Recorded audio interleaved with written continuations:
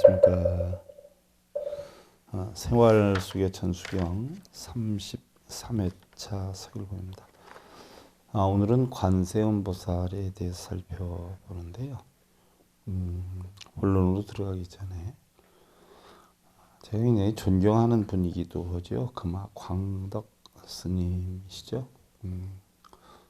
유발자로 선방에도 몇 번 안거에 들어갔다 오신 분인데 하동산 스님 상자예요.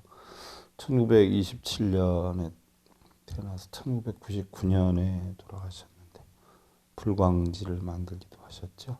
세수 73세, 범납 54세 열반하셨는데 몸이 굉장히 약하신 분이죠. 본래는 천주교 신자였어요. 천주교 신자. 그런데 6.25 전쟁 중에서 사람들이 죽는 모습을 보고 삶의 회의를 느끼게 되죠. 그러면서 결국 범어사로 가서 민간인으로서 하동산 스님한테 특별 회랑 맡고 선방에 몇 차례 들락달락하다 결국은 본성을 찾아보겠다고 출가를 하신 분인데요. 22살 때 하동산 스님한테 구족기를 받았고요. 반야바라밀 실천 운동에 적극적이셨던 분이죠. 제가 이 스님을 존경하는 건데 이 스님은 공부 안 하고 법문을 하신 적이 없어요. 그래서 꼭 하신 말씀이 목사님들은 1시간 강의를 하려면 서너 시간 세상 없어도 공부를 하는데 우리 스님들도 30분 법문을 하려면 2시간은 공부를 해야 되는데 우리 스님들은 일체 공부하는 사람이 없다라고 한탄을 하시고 늘 당신 공부하실 때 메모를 해 놓았다가 강의 전에 꼭 1시간씩이든 그 강의 자료를 살펴보고 법문을 하셨던 분이시죠. 그래서 제가 그 큰 스님의 행위가 너무 좋아서 저도 책을 볼 때마다 이 법문 자료집을 만들었는데 지금은 제 법문 자료집도 한 3,000권이 넘지요. 그러니까 제가 참 존경하는 분인데 이분은 한자로 열반을 하지 않고 우리나라 그냥 일반 글로 열반송을 하셨는데 자 앞장들 하시고요. 훌려서 법계를 진동하며 철이산이 밝아지고 잠잠해 겁전 봄 소식이 거푸이 찬란하라 일찍이 형상으로 몰 형상을 떨쳤으니 금정산이 당당하여 그의 소리 영원하리라나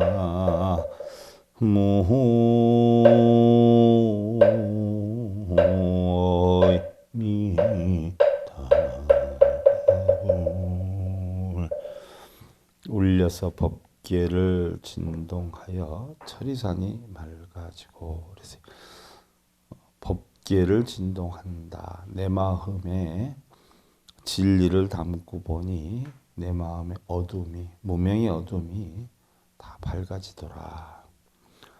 잠잠해서 자 본성이 고요하다 보니까 바로 겁전 이 세상이 형성되기 이전 봄 소식이 겁 후에 찬란하라. 내가 태어나기 이전서부터 있었던 본래의 본성이 바로 겁 후에도 찬란하게 되리라 하는 이야기.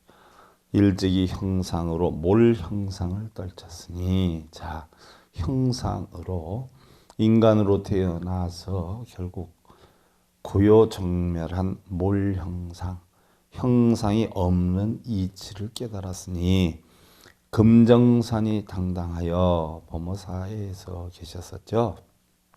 서울 불광사에도 계셨고요.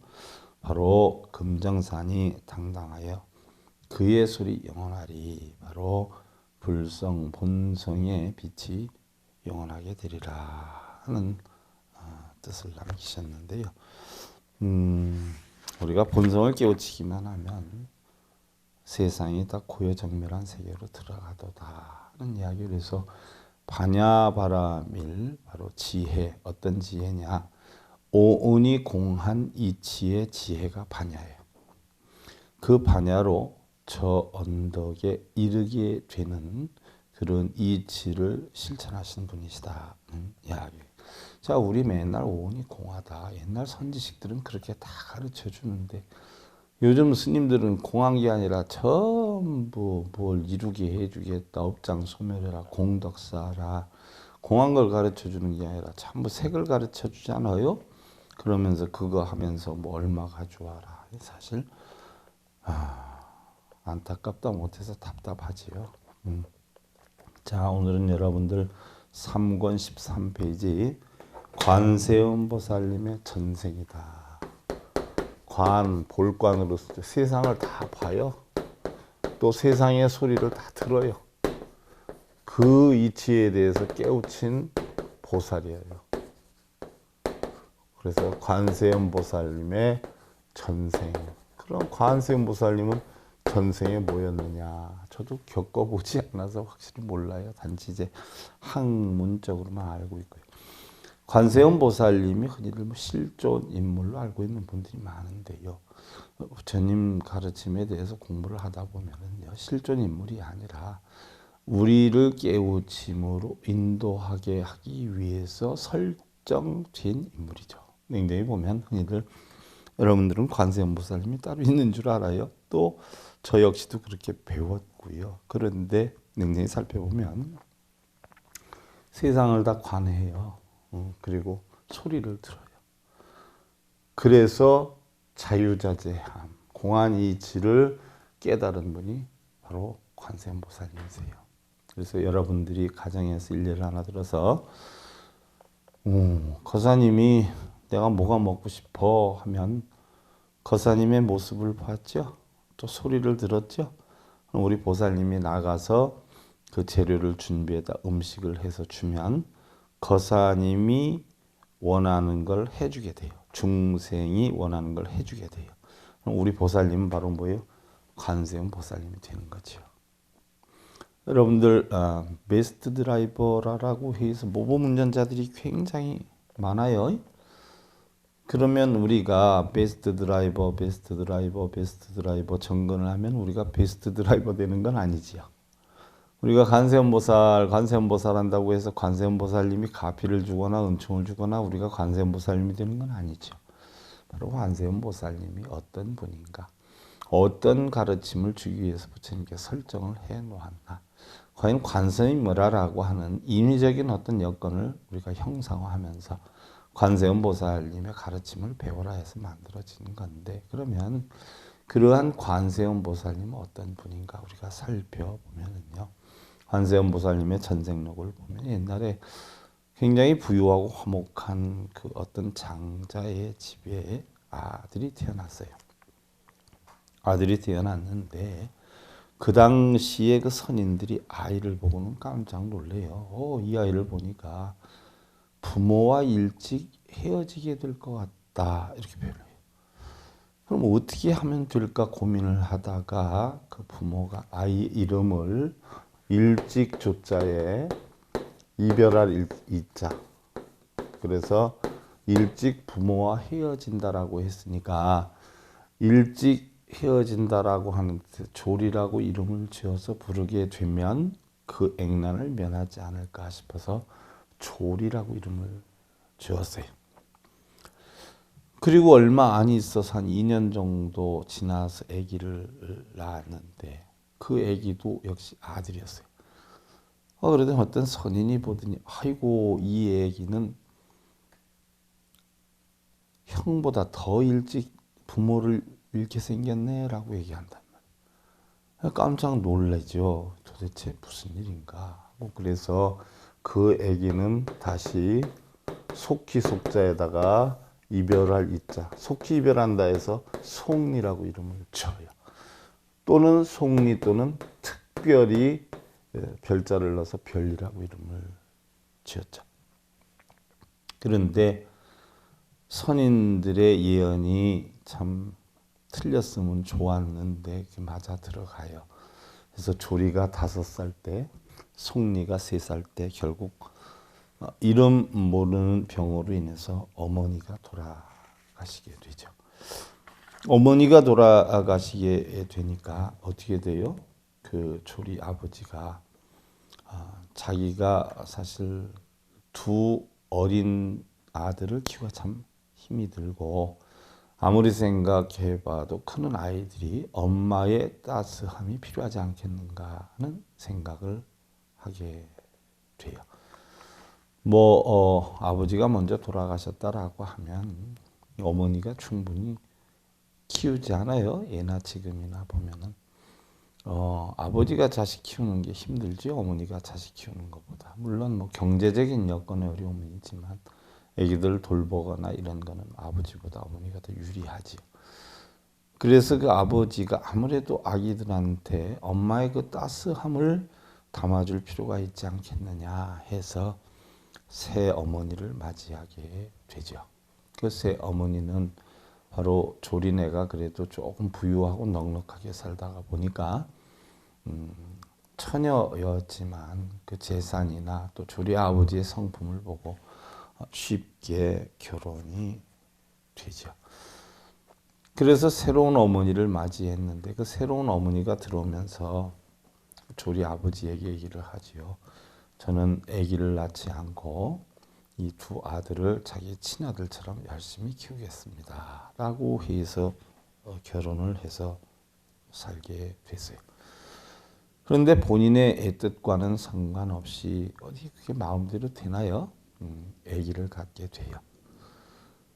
그래서 그 어머니가 아기를 가져서 배가 부르게 되다 보니까 또 무슨 생각을 하게 되느냐. 그러면 내 뱃속에 있는 아이가 태어나면 저 형제들한테 구박을 받지 않을까. 또 이 집의 재산을 놓고 볼 때 아무래도 내가 낳은 애가 불이익을 당할 수 있지 않을까 하는 염려를 하게 돼요. 그럼 어떻게 저 아이들을 처리를 해야 되는가 곰곰이 생각을 하다가 어느 날 아이들한테 소풍을 가자라고 하면서 도시락을 싸들고서는 배를 타고 무인도로 소풍을 가게 되죠. 조리와 속리는 아무 영문도 모르고 엄마가 소풍을 가자 하니까 좋아서 따라갔는데 거기서 이제 밥을 먹고 놀면서 엄마가 잠깐 여기 용변 보고 올게 하고서는 자리를 비우면서 배를 타고 혼자 돌아오게 되죠. 조리와 속리는 이제나 저제나 엄마가 오실까라고서는 기다렸지만 끝내 오지를 않아요. 어느덧 뉘엿뉘엿 해가 기울어서 밤이 되고 짐승 소리도 나고요. 또 무엇보다 힘든 것은 참 밖에 분위기가 그렇지 않아요. 거기다가 또 배가 너무나 고파가지고 견디지를 못하게 되죠. 하루 이틀이 지나는데도 결국 엄마는 나타나지 않아요. 그 새 엄마는 집으로 돌아와가지고 조리야 속리야 하면서 동네를 소리를 치고 다니면서 혼자 울고 있죠. 아버지가 들어와서 도대체 무슨 일이냐 그랬더니 아까 둘이 놀러 나가는 것 같았는데 아무리 찾아도 없어요. 그래서 조리 속리 아버지 엄마는 여기저기 이것저것을 다 찾아 헤매지만 끝내 찾지를 못하게 되지요. 시간이 지나면서 조리 속리는 결국 배가 고파서 나무 껍질, 풀 할 것 없이 닥치는 대로 다 따먹고 있었지만 끝내 견디질 못하게 되죠. 그래서 자기가 입고 있는 옷을 벗어서 혹시 지나가라는 배려도 있을까 싶어서 물가에 가서 소리를 지르고 이렇게 해도 끝내 구원을 받지를 못해요. 그러자 조리가 누가 이런 어려운 지경에 처하게 되었을 때 누가 나처럼 이렇게 소리를 지르게 되면 그 소리를 듣고 누가 구원해 줬으면 좋겠다. 그리고 이런 어려움에 처한 사람이 있는지 없는지 자기가 살펴볼 줄 알았으면 좋겠다. 그래서 나와 같은 어려움에 처한 사람이 쉽게 어려움에서 벗어날 수 있도록 세상을 다 관하고 세상의 소리를 들을 줄 아는 내가 능력을 이 다음에 만약에 태어난다면 깨우칠 것이야 라고 하는 서원을 세우죠. 그러고 나니까 송리가 그 어린 마음에 형아 나는 힘과 지혜를 키워서 어떠한 일이 있어도 어떠한 어려움에서도 이겨나올 수 있는 그런 힘과 지혜를 나는 갖출 거야 라고 하면서 두 형제가 손을 잡고 결국 죽음에 이르게 돼요.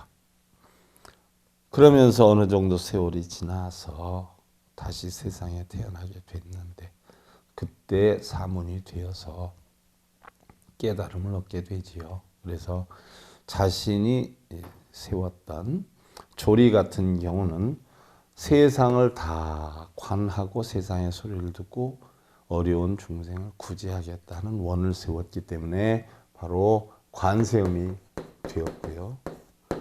바로 송리는 나는 세상의 모든 지혜와 힘을 키워서 어려움을 극복해 나가겠다라고 하는 소원을 세워서 죽은 대로 태어나서 힘과 지혜를 키운 대세지가 돼요. 바로 관세음과 대세지가 됐는데 아미타 부처님이 가만히 살펴보니까 이루 형용할 수 없는 지혜와 모든 능력을 갖춘 바로 관세음과 대세지를 서방정토 당신의 세계에 끌어다가 당신의 바로 협시보살 경호원으로 만들어 놓는단 말이죠. 그래서 좌측에는 관세음이 우측에는 대세지가 바로 아미타 부처님을 보필을 하고 있어요. 그래서 서방정토 극락세계는 우리가 극락세계 10종 장엄의 내용을 살펴보면 3대 사관 보상장엄이라 했어요. 3대 사관 보상장엄. 바로 3대세가 관하는 그런 곳이다. 3대사가 누구를 뜻하냐? 바로 아미타불, 관음과 세지가 3대사다 하는 이야기예요. 그래서 관세음의 전생을 살펴보면 조리였었는데 세상의 모든 소리와 모든 상황을 살펴서 보고 중생을 구제한다라고 하는 서원을 세웠기 때문에 바로 관세음은 다시 태어났어도 그와 같은 역할을 한다. 그래서 관세음 보살이다라고 한다. 그래서 관세음 보살은요, 자 달리 우리가 범어로 뭐라고 하느냐? 아바로 기테 아바로 기테 또 이스바라. 아바로 기테다라고 하는 것은요 바로 관하다.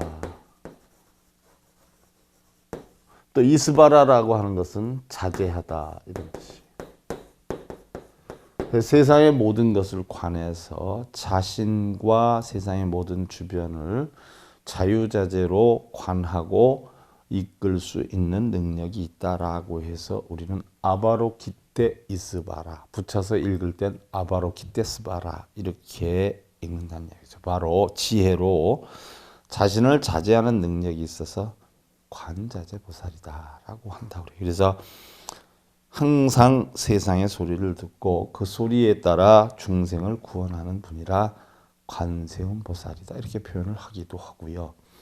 또 세상의 어려움을 듣고 그 어려움을 밝게 해준다라고 해서 우리가 광세음 보살이다 이렇게 표현을 하기도 하고요.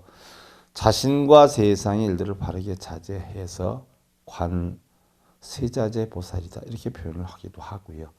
일반적으로 우리가 줄여서 관음보살이다 이렇게 표현을 하기도 해요.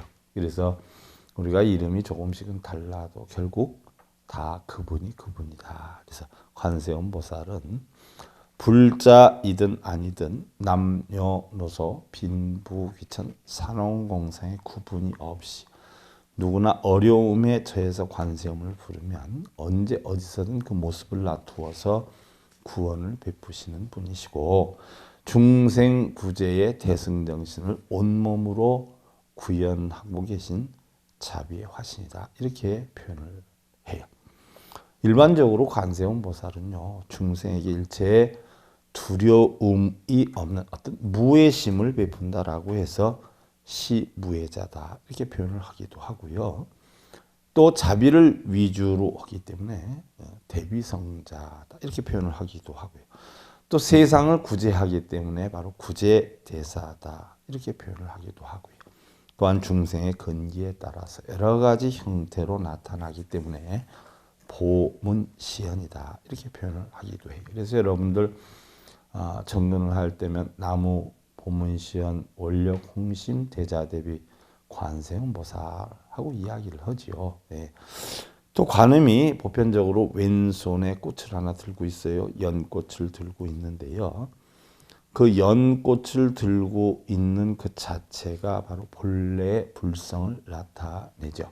그래서 보편적으로 관세음보살님이 들고 계신 연꽃을 보면 몽우리가 이렇게 맺혀져 있어요. 그것은 본래 불성을 나타내고, 또 어떤 관세음보살은 연꽃이 활짝 핀 그런 꽃을 들고 계신데 그것은 바로 성불의 뜻을 나타내기도 하지요. 결국 그 꽃 봉오리는요, 불성이 본내에 물들지 않고 장차 필 것이다. 바로 본성은 중생성에 물들지 않고 바로 성불을 이룰 것이다 하는 뜻이 담겨 있지요. 그래서 관음은요, 보편적으로 아미타 부처님이나 또 스가랴 부처님을 협시를 하고 계세요.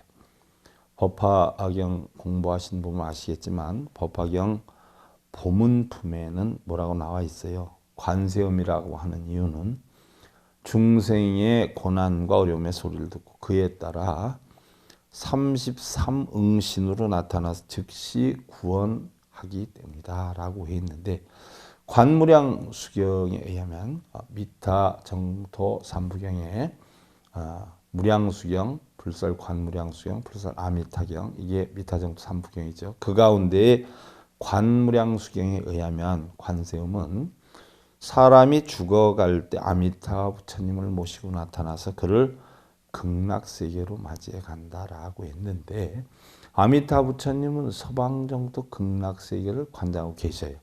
그러면 아미타 부처님의 협시보살로 해서 그와 같은 실무의 일을 하는 것이 관음과 세진인데, 화엄경에서는요, 바다에서 재난을 당한 이들을 구하는 분이다. 이렇게 표현을 해놨어요.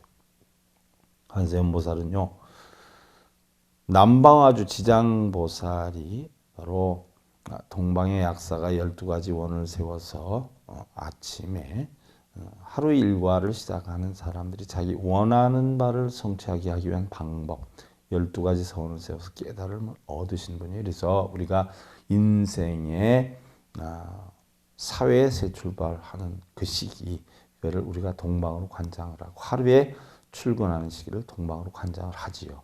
그래서 12가지 원을 세워서 네가 원하는 거, 내가 세운 12가지 진리를 깨쳐서 너도 이루어라 라고 한 뜻으로 만들어진 게 약사열애불이고요.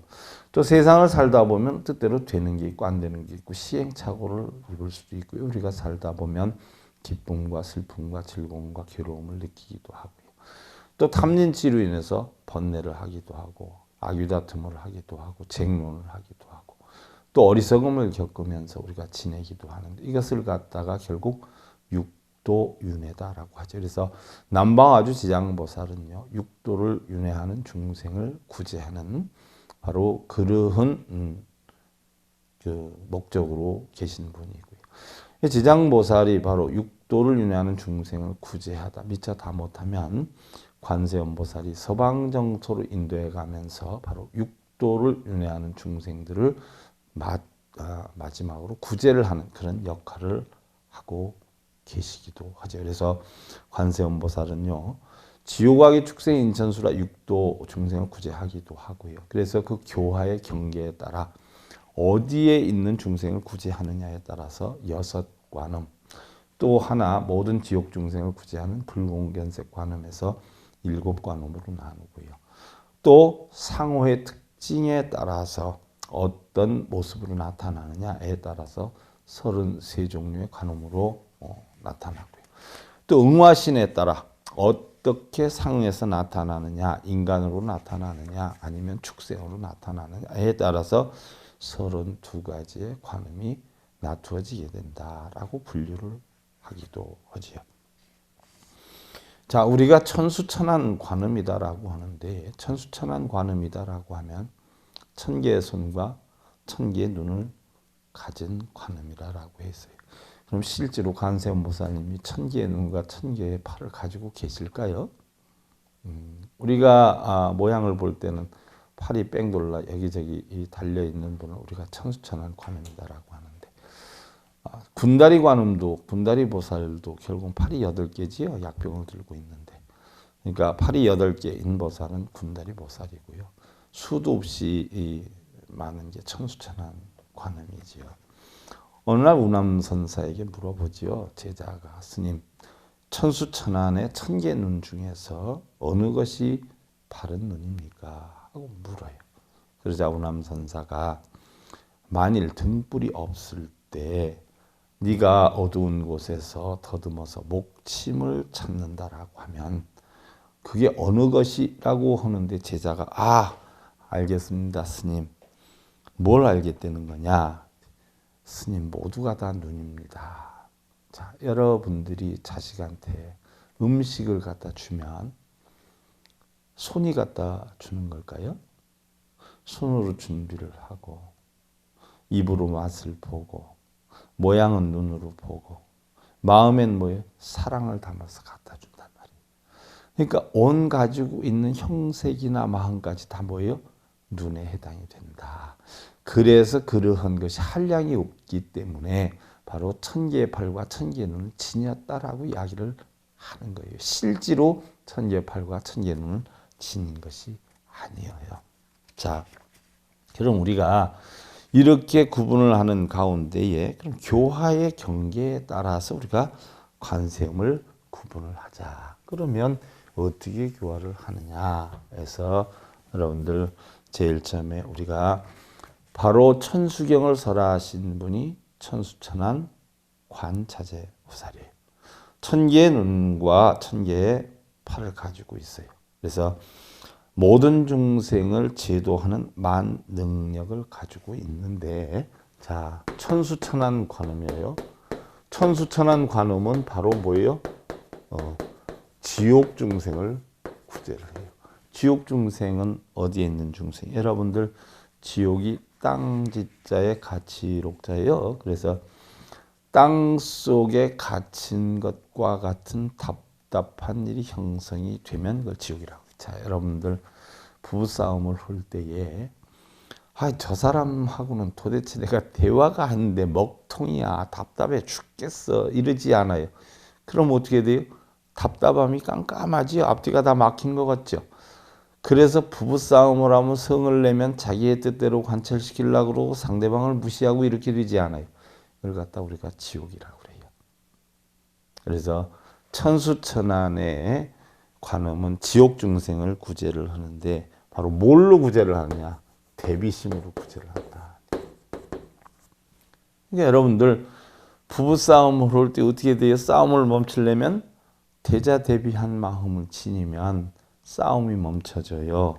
그래서 천수천안 관음이 대비심을 발휘한 보살이기 때문에 바로 대비심을 배워가지고 그 지옥세계를 깨트리는 그런 역할을 한다. 천수천안 관음이다.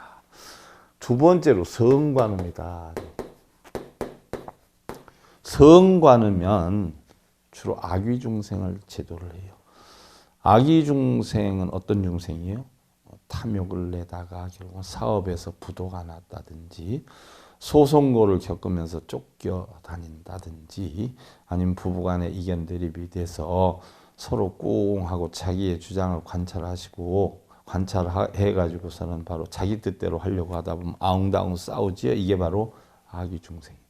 탐욕심이 없으면 안 싸운단 말이죠.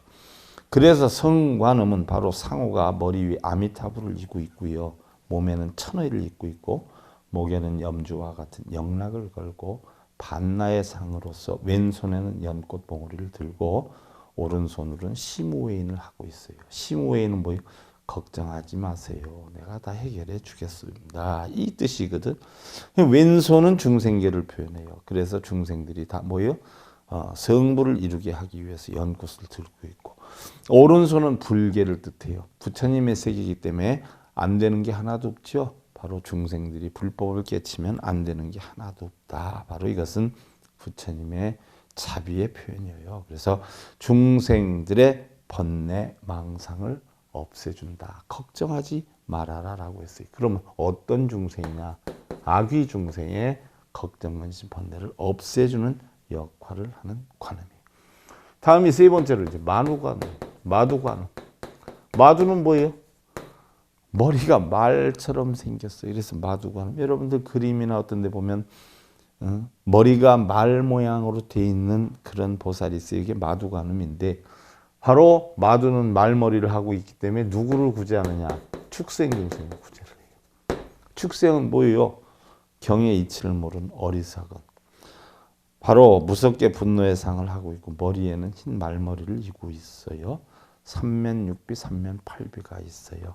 바로 뭐예요? 삼면, 얼굴이 삼면, 또 삼면팔비, 팔이 6, 8개. 손에는 도끼, 보검, 금강제 등을 가지고 있어요. 도끼, 보검, 금강제를 가지고 있다라고 하는 것은 중생의 마장을 굴복시키는 보살이다. 그래서 큰 자비를 베푸는데, 보검을 들고 있는 것은 귀신의 난, 귀신이다라고 하면 여러분들 무슨 혼이 나타나고 귀신이 머리 풀고 헤쳐서 나타나는 게 아니라 바로 내 마음을 장애하는, 내 몸을 장애하는 모든 것은 다 귀신에 해당이 되죠. 또한 금강저는 원적을, 쉽게 예를 들면 모든 것을 제거해서 고요정멸한 상태로 만들게 하는 그런 뜻을 가지고 있고, 도끼는 관청의 난, 그러니까 소송거를 없애주는 그런 뜻으로 들고 있다. 그래서 결국은 어리석음으로 인해서 빚어진 그러한 몸과 마음의 장애를 일으키는 부분, 소송난, 또 고요정멸을 깨는 이런 부분을 어리석음에서 벗어나게 해준다라는 이야기고요. 그 다음에 11면 관음인데, 11면은 뭐예요? 얼굴이 11개로 되어 있어요. 얼굴이 11개로 되어 있는데 어느 곳이든 다 보고 있지요. 11면으로 보고 있어요. 우린 뒤에 있는 것도 전혀 못 보는데 11면 관음은 11면으로 보호를 하고 있으면서 바로 뭐예요? 선업을 쌓아서 잘 편안하게 사는 중생이지만 간혹은 어떻게 돼요? 더 좋은 걸 바라고 더 많은 욕심을 부리고, 본래 착하기는 해서 평안한 삶을 살지만 더 많은 욕심을 부리면서 일어나는 번뇌를 가지고 있는 중생이 수라 중생이다 하는 얘기예요. 그래서 바로 11면 관음은 그런 수라 중생을 구제를 하는데, 손에는 병과 수주를 가지고 있죠. 그래서 병은 소원성취를 이루게 해준다. 또 수주는 중생의 번뇌를 끊는다 하는 역할을 하고 있고요. 이 보살에게는 11면 관음에게는요, 다란이가 특별히 자기만이 가지고 있는 게 있지요. 이게 바로 뭐예요? 수원즉득다란인데, 수원즉득다란이가 바로 오마가로니가야 사바예요. 반드시 중생을 가여이 여기는 마음을 성취하겠다. 결국은 대자대비심을 성취하겠다라는 뜻을 지니고 있죠. 그래서 이 진언을 외우면 천수다란이를 읽는 것과 공덕이 같다. 천수다란이는 신묘장구 대다란인데, 신묘장구 대다란이는 탐진치를 끊겠다라는 이야기예요. 바로 그와 같은 공덕을 지닌다. 반드시 대자대비심을 성취하겠다는 이야기고. 그 다음에 이제 준재관음이 있는데, 우리가 열심히 살다 보면 마음에 안 들면 싸우기도 하고, 마음에 들면 또 고마워하기도 하고, 또 열심히 사람답게 살아야 되겠구나 하는 각고를 세워서 오계를 지키고 하지 않아요. 이런 중생들은 다 인류가 되는데 바로 인류 중생을 구제하겠다라고 소원을 세우신 분이 바로 준재관음이에요. 바로 준재관음은 삼목, 이비, 사비, 육비, 팔비 뭐 이런데, 삼목이다 하는 것은 세 개의 눈을 가지고 있잖아요. 바로 중생들의 혹, 업, 고통을 살펴보고 그것을 소멸시키거나 중생의 심성을 깨끗하게 맑혀주는 것을 특징으로 하고 있다. 있다. 그래서 마두간음은 보편적으로 남성적인 기질을 가지고 있지만 준재간음은 여성적인 이런 성격으로 많이 표현이 되고요. 그다음에 이제 여섯 번째가 여의륜관. 여의륜관음은 바로 뭐예요? 천상중생들, 십선업을 쌓이는 그 중에서도 천상에 있으면서도 또 어떻게 돼요? 우리는 조금 어리석음이 있을 수 있어요. 완벽한 지혜를 얻지 못할 수 있어요. 그런 중생을 바로 대자비심으로 구해서 중생의 고통을 구제한다. 그래서 바로 이런 육도 중생을 구제하는, 여의루는 천상 중생을 구제하죠. 그래서 육도를 윤회하는 천상, 수라, 인간, 축생, 악이, 지옥의 육도 중생을 구제하는 관음이 각기 천수, 성관음, 마도, 11면, 준재, 여의륜 관음인데 여기에다 하나 추가를 한다라고 하면 생사윤회를 하는, 즉 탐진치료에서 윤회하는 중생을 구제하는 보살이 불공견색관음이다. 불공이다는 것은 마음으로 원하는 바가 공하여 헛되지 않다는 뜻이고요. 견색의 견은 새나 짐승을 잡는 그물을 뜻하고 색은 고기를 낚는 낚시줄을 뜻하게 되죠. 그래서 자비의 그물을 넓게 법계에 쳐서 번뇌 중생을 끌어내고 진리와 낚시줄을 던져서 고해 중생을 낚아낸다라고 하는데 바로 불공견색관음은, 자, 불공견색관음은 사서법으로 해서 중생을 구제한다라고 했어요. 사서법으로. 그래서 관세음보살님은 대자대비한 사무리아랑신과 사서법을 바로 섭렵한 보살이다. 이렇게 표현하죠. 그래서 반야심경에 의하면 관세음보살은 오니 공한 이치를 터득 해서 일체의 고통행난을 면했고 또한 사무량심 자비사와 사서법, 보시에어 이행통사 사서법을 섭렵해서 중생을 구제하는 보살이다. 이 밖에 뭐 33관음, 32관음인데 오늘은 뭐 시간이 벌써 넘쳐났네요. 그래서 다음 시간에 여러분들하고 사서법하고요. 또한 33관음이 어떻고 32관음이 어떻게 형성이 되는지에 대해서 살펴보도록 하고요. 자, 합장들 하시고. 혼급 일념 무해요 고금시종 회통이 일어나 하무